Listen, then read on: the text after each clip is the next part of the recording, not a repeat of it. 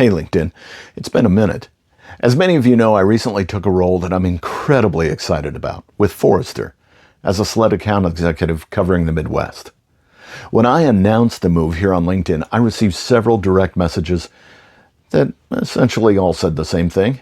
Congratulations, please don't stop doing the videos. I promised I wouldn't, so while the video is a little overdue, let's jump into it. I was talking with a few sales colleagues this past week, and the topic quickly turned to pipeline generation. They were frustrated because emails weren't getting answered and phone calls were, getting the Phil Collins treatment. I asked them a simple question. During the course of your day, do you receive emails and phone calls from people you don't know, you don't have a relationship with, and you don't feel a need to engage with?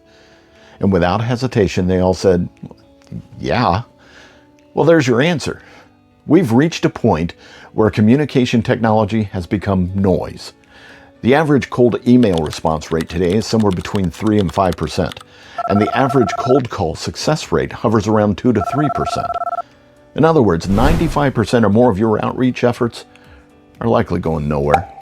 And that's not because people are rude. They're busy, their inboxes are overflowing, their phones are ringing. And every salesperson on the planet is convinced their message deserves immediate attention. So how do you break through that? My suggestion? You stop trying to go through the wall and you start going around it. Think about the best professional relationships you've ever built. The customers who became advocates. The partners who became friends. The people who take your call every single time. Did those relationships start because of a perfectly crafted cold email?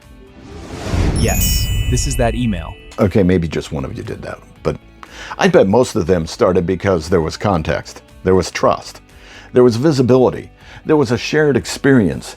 Maybe you met at an industry event, maybe a mutual connection made an introduction. Maybe you attended the same conference year after year. Maybe you consistently showed up in places where they could see your expertise and your commitment. You weren't just another name in an inbox. You became familiar. You became credible. You became relevant. If you're trying to build a relationship with someone, get knowledgeable about their world. Attend the events they attend. Learn the challenges they're facing. Read what they write. Listen more than you talk. Travel in the same circles. Get introduced by people they trust. Create content that helps them solve problems. No, none of these things are likely to help you close business by Friday. But if your goal is a long-term partnership instead of a quick transaction, that's exactly where you should be investing your time. Your goal isn't to get noticed. The goal here is to get thoughtfully engaged. Now, there's another side of this conversation as well. Once you finally earn that meeting, you better have something worth talking about. Because if your entire value proposition is, we do the same thing as the other guy, but we're cheaper. Well, congratulations, you've turned yourself into a commodity. And commodities don't build relationships, they get compared. Your story has to be bigger than price. It has to solve a problem, fill a gap, address a need, improve an outcome. And that story has to be specific to the person sitting across from you. Which means the canned elevator pitch, you can leave that back on the elevator. Building meaningful business relationships requires research. It requires curiosity.